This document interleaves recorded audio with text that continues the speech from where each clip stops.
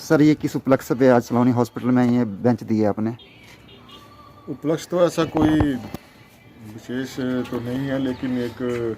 आम जनता की बड़े दिनों से मांग थी जी और स्थानीय जो हमारे निवासी हैं इनकी भी मांग थी जी कि हमारे यहाँ पर पीएससी में बेंचेज नहीं है। जी जो मरीज आते हैं या उनके साथ अटेंडेंट आते हैं तो उनको बैठने के लिए सुविधा नहीं थी, जी और ये सुविधा लगभग 4-5 जो हमारी पीएससी थी नियर बाई जी उनमें सभी में नहीं थी। जी ये आज सुबह मैंने पहले चकमो में 3 बेंचेस दिए और 3 बेंचेस दिए पीएससी बड़ागराव में जी और 3 बेंचेस अभी सलोनी में दे रहे हैं। इसके बाद बिहाड़ में हमने 3 बेंचेस देने हैं। तो ये एक चकमो पीएससी वालों की मांग थी कि वहाँ पर लगाए जाएं। फिर मैंने सोचा कि जब चकमो में देने हैं तो सभी पीएससी में दे देता हूँ। जहाँ जहाँ पहले से सुविधा उपलब्ध थी वहाँ नहीं दिए गए और बाकी जहाँ नहीं थी वहाँ मैंने दिए। इनमें 4 पीएससी में साथ में कुछ मास्क भी दिए हैं, सैनिटाइज़र भी दिए हैं और यहाँ पर आज मक्कड़ पंचायत में सैनिटाइजेशन का कार्यक्रम भी चलवाया। जी जो हमारे संत निरंकारी सभा है जी उसमें उनके माध्यम से और जो स्थानीय हमारे वार्ड पंच हैं मक्कड़ पंचायत के उनके साथ कठोड़ग में और मक्कड़ में जो है आज सैनिटाइजेशन का काम हुआ। और कल जो हमारे उप प्रधान हैं देशराज जी इनके और जो वार्ड पंच हैं सविता जी इनके माध्यम से जो है कल अवाई में भी सैनिटाइजेशन का कार्यक्रम चलाया जाएगा। तो ये थोड़े कुछ जो आज इस कोविड-19 के चलते जो एक वैश्विक महामारी जो पूरे देश और विदेश में साथ में हमारे प्रदेश में भी विकराल रूप धारण कर चुकी है, जी तो उसको मद्देनज़र रखते हुए छोटे छोटे कार्यक्रम हमने चला के रखे हैं। राशन बैंक भी हमने बना के रखा है और जो पॉजिटिव हमारे लोग हैं जो घरों में हैं या जो ऐसे बेरोज़गार हो गए हैं, रोजी रोटी से मुहताज हो गए हैं, उनके लिए हमने राशन बैंक का कार्यक्रम भी शुरू किया है। उसमें हम दालें, चावल, आटा, नमक, तेल, साबुन और इस प्रकार की कई चीज़ें, सैनिटाइजेशन का सामान है, वो भी साथ में पैक करके उनको दे रहे हैं।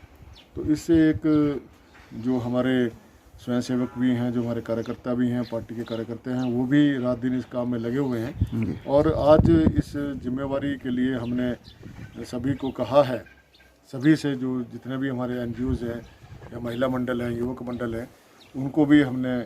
निवेदन किया है कि आप सभी अपने अपने क्षेत्र में इस प्रकार के कार्यक्रम चलाएं ताकि लोगों को इस महामारी के समय में हौसला मिले और उनको ये लगे कि हमारे साथ लोग खड़े हैं। आज जिस प्रकार से लोगों में एक डर और भय का जो वातावरण पैदा हुआ है इस कोविड-19 के चलते, उसको लोगों के मन से बाहर निकालने की ज़रूरत है। क्योंकि आज देखने में आता है कि जहाँ पर भी किसी गांव में कोई व्यक्ति पॉजिटिव आ जाता है तो अपने भी उसका साथ छोड़ जाते हैं। तो ये जो एक हमारे मन में ऐसा घर कर गया है कि जो पॉजिटिव व्यक्ति है वो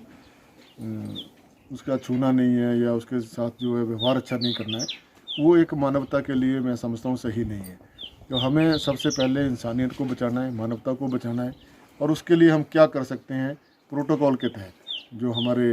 प्रोटोकॉल बोलते हैं, जो सरकार के नियम हैं, उनके तहत अपने को रखते हुए हमें पॉजिटिव व्यक्तियों को हौसला भी देना है।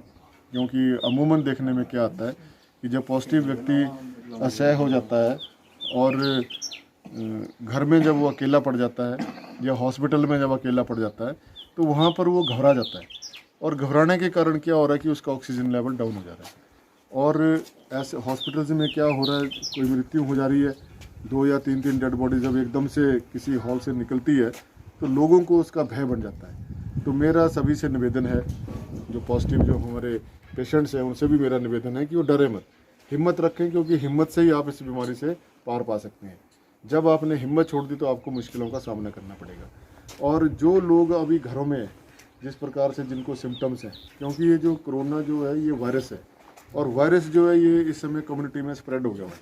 तो सभी को चाहिए कि जब भी कोई इस प्रकार का सिम्टम्स लगता है, किसी को खांसी होती है, जुकाम होता है, बुखार होता है, तुरंत जाके जो है वो कोरोना का टेस्ट कराएं। क्योंकि ये एक्सपर्ट्स की भी इसमें ये राय है और डॉक्टर्स की भी, जो बड़े बड़े डॉक्टर्स हैं उनकी भी राय है कि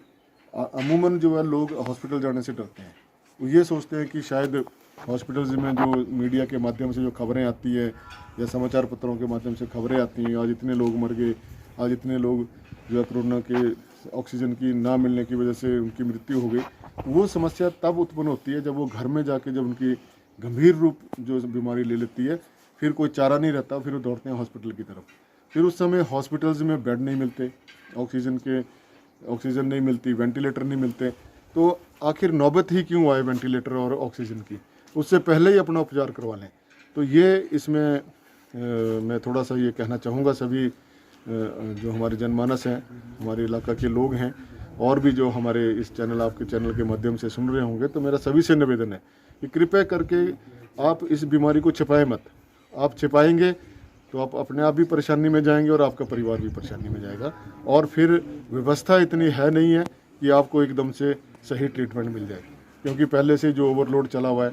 और हमारा जो हॉस्पिटल है, मेडिकल कॉलेज है हमीरपुर में, वो भी इतना बड़ा नहीं है कि वहाँ पर हम पूरे Subscribe now and press the bell icon. Never miss an update.